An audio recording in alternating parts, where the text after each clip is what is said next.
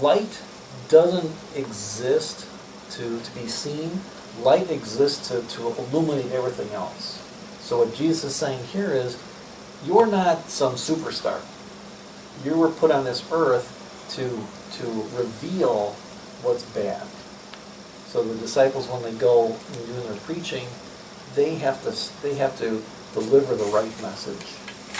Not to make themselves superstars, but to convince people what's right and what's wrong. So they're supposed to illuminate things. A town built on a hill cannot be hidden.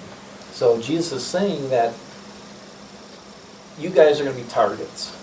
There's no way you're going to hide. So get ready for it. Neither do people light a lamp and put it under a basket. Jesus is saying, you've been given a gift. Make sure you use it. There's no way anybody would light a candle and then cover it up. The whole purpose of you being given this knowledge is for you to use it. On the benefits of persecution, there's a good line here. I don't recognize who's quoted it, but a minister.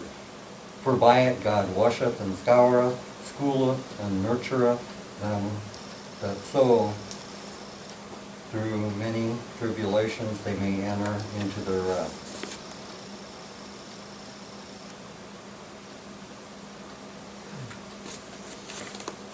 Certainly not going to get any benefit on earth. I'm not used to this, sorry. I just whacked it. Keep hitting it. Yeah, I forget it's there. It takes a little getting used to. Mm-hmm. And verse 16, this is another reason why we should preach Scripture and help people out and share the good news, because when we do this, it glorifies the Father. Because we stand out and we're different than other people, and when we do that, we show that we're transformed. So is that like witnessing? Huh? That's witnessing. Yes. Okay. Yep. Yeah, this whole section here, verses 14 through 16, Jesus is saying is, you have to share the good news. Because the information you have cannot be held on to. You've got to share it, you've got to illuminate the whole thing. And think of, light is its most powerful in the darkest area. So if you take a candle into the basement, it's going to cast a white light.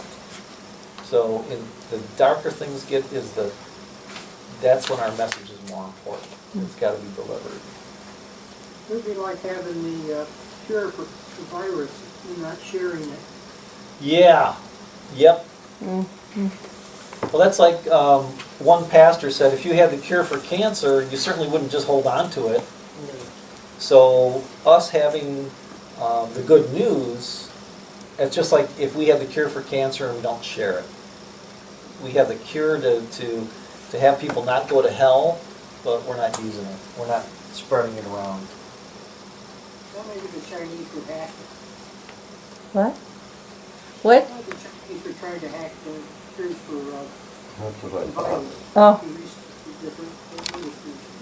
Yeah, they just need to start working together. Then maybe they'll find a cure. Oh well, but that's not going to happen.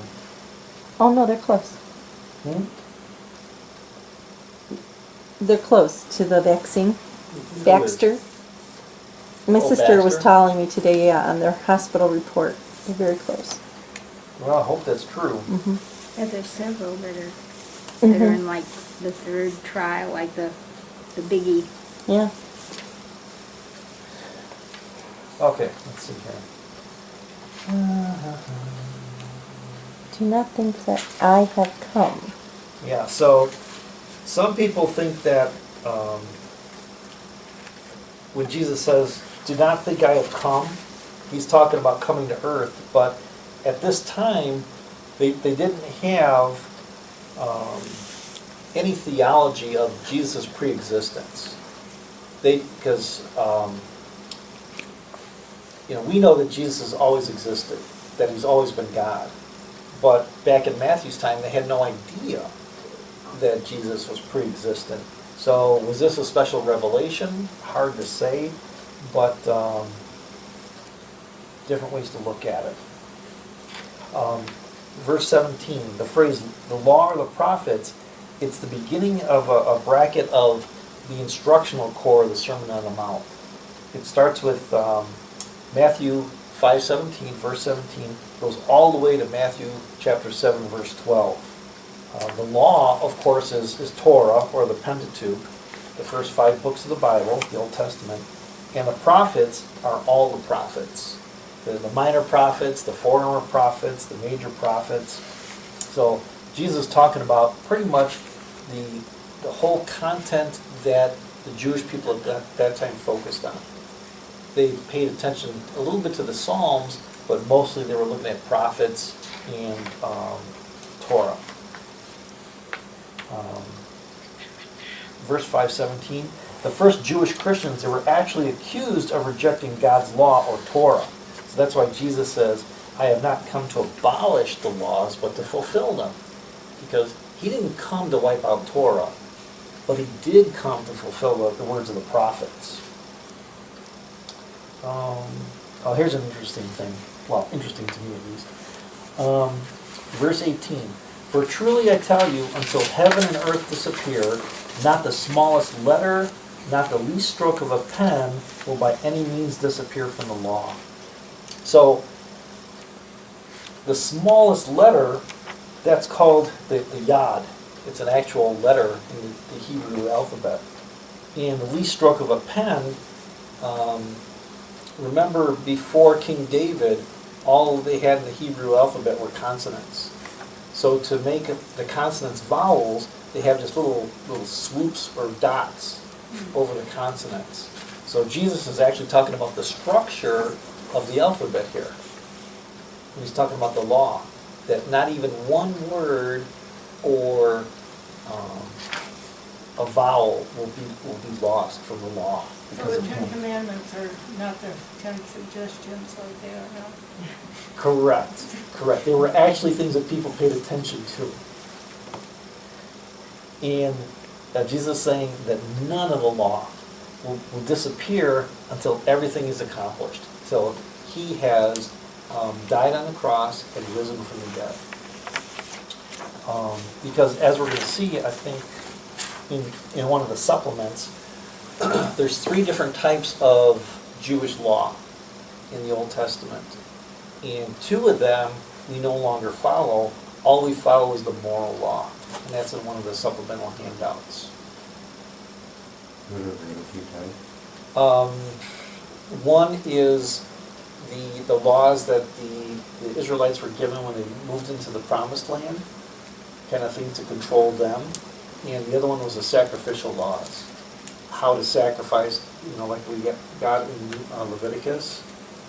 How to prepare the sacrifice, what could be sacrificed. Those laws we no longer pay attention to because Jesus satisfied those.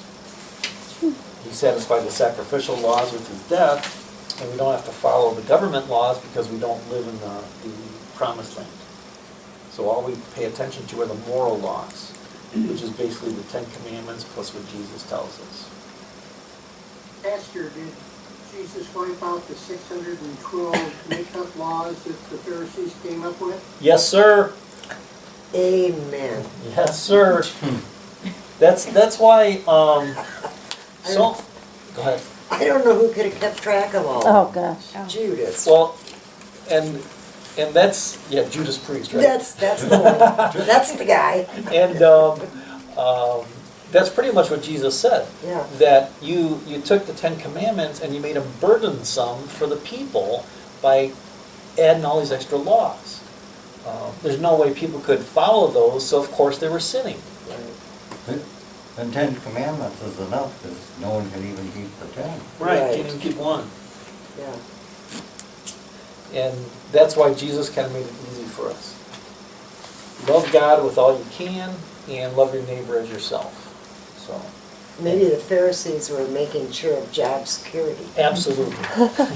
Absolutely. Yeah? It's kind of like the Internal Revenue Code. Yeah. Yeah. There's got to be a reason. Gotta be a reason. Gotta I be a thought it was reason. interesting in verse 20 that Jesus didn't think much of the Pharisees. No, he didn't. No. Nope. Verse 20, for I tell you that unless your righteousness surpasses that of the Pharisees and the teachers of the law, you will certainly not enter the kingdom of heaven. Yeah, Jesus ran into the Pharisees quite often. Quite often. Do you think any of them converted? Became followers of Jesus? I'm sure they did, Gary, because, Well, who's the one? Joseph of Arimathea. yeah, Was it? Yeah, that's what Yeah. I was gonna say. and Nicodemus comes Nicodemus. back. Yep. So they do. There were some that weren't so worried about their jobs. Yeah. Crazy stuff. And then murder. This is now so Jesus is addressing the people now, and pretty much he's restating the Ten Commandments, but he's even making them a little bit more difficult, more practical. So in murder, he's saying murder's bad enough, but don't even think about it. Because when you think about it, it's so easy to fall into the next step. And here it's don't even become angry with a brother or sister. And raka, that's kind of like, think of calling somebody an idiot or an airhead. It was just like an insult. So even calling people bad names, don't do it.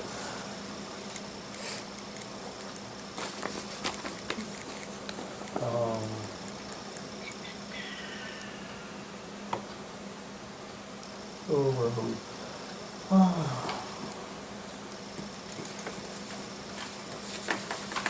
Oh, let's see here.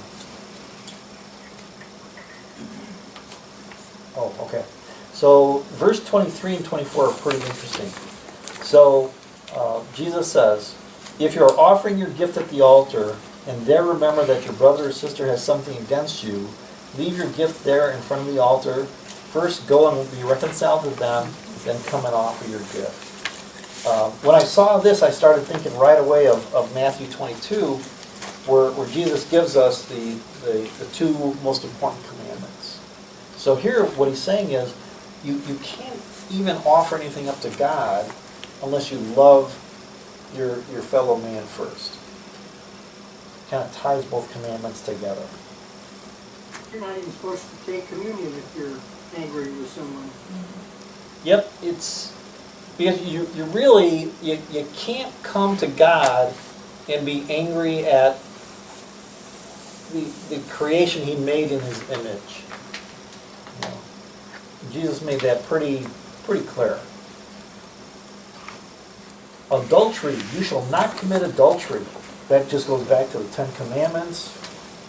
And then Jesus says, don't even look at a woman lustfully, because it's so easy to go from the thought to the action. I think it was Graham who said that there's a difference between a glance and a gaze, where if you see something and you start thinking lustful thoughts, you need to look away immediately.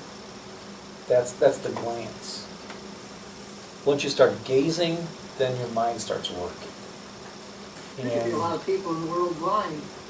Yeah, yeah.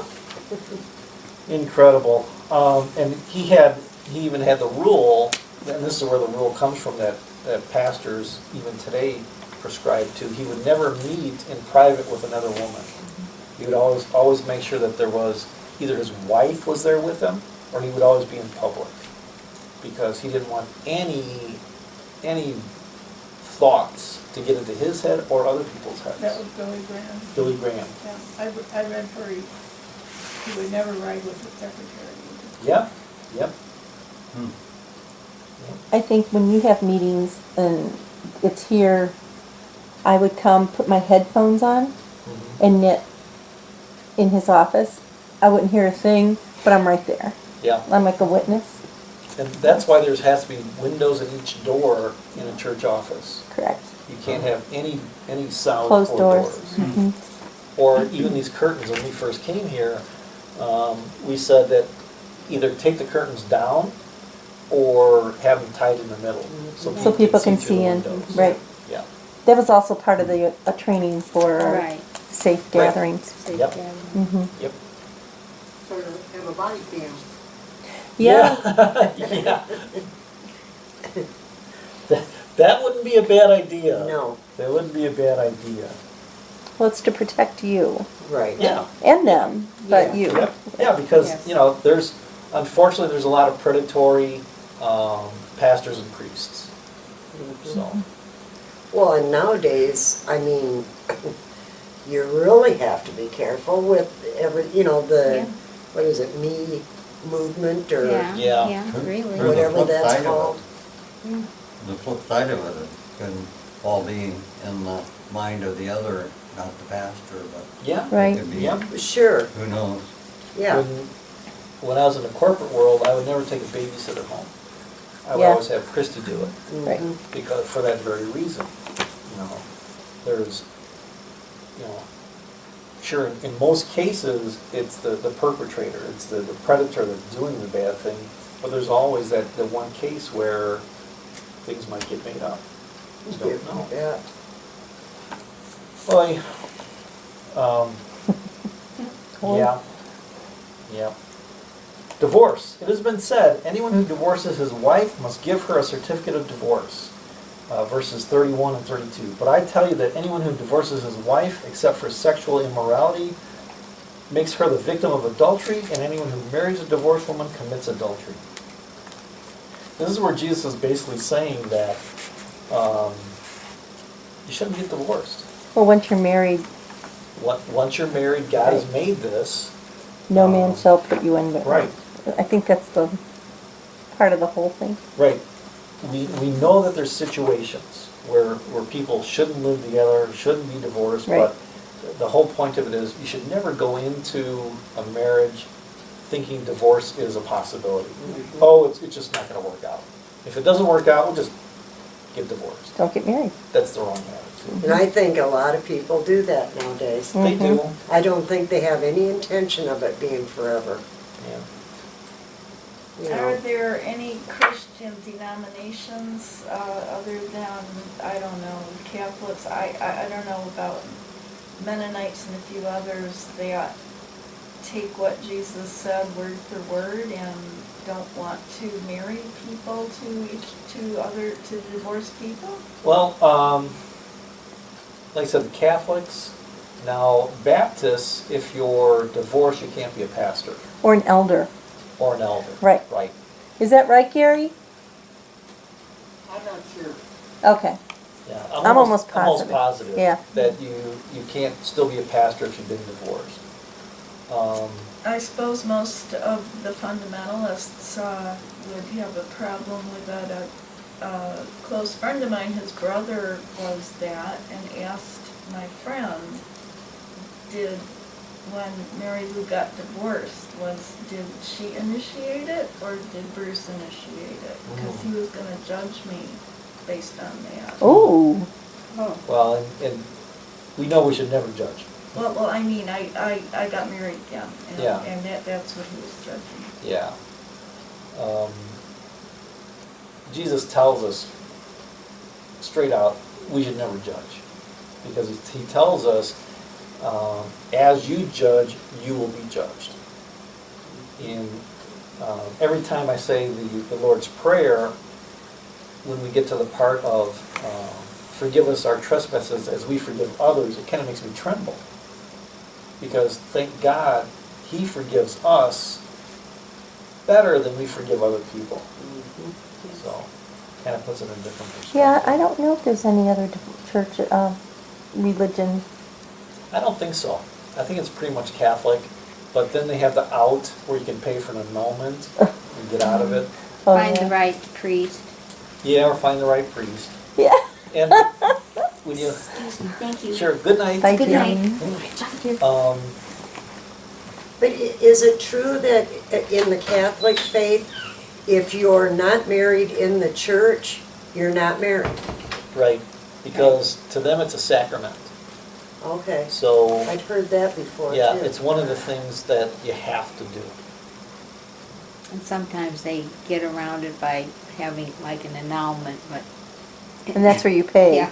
Yeah, gotta pay extra. Just interesting, but it says some Southern Baptist churches have called pastors or elected deacons who have been divorced, but there's no way of knowing how many have done so. There are Southern Baptist churches that would not base their decisions on the issue of divorce. The Methodist Church kind of frowns upon it for a pastor, but they don't Right.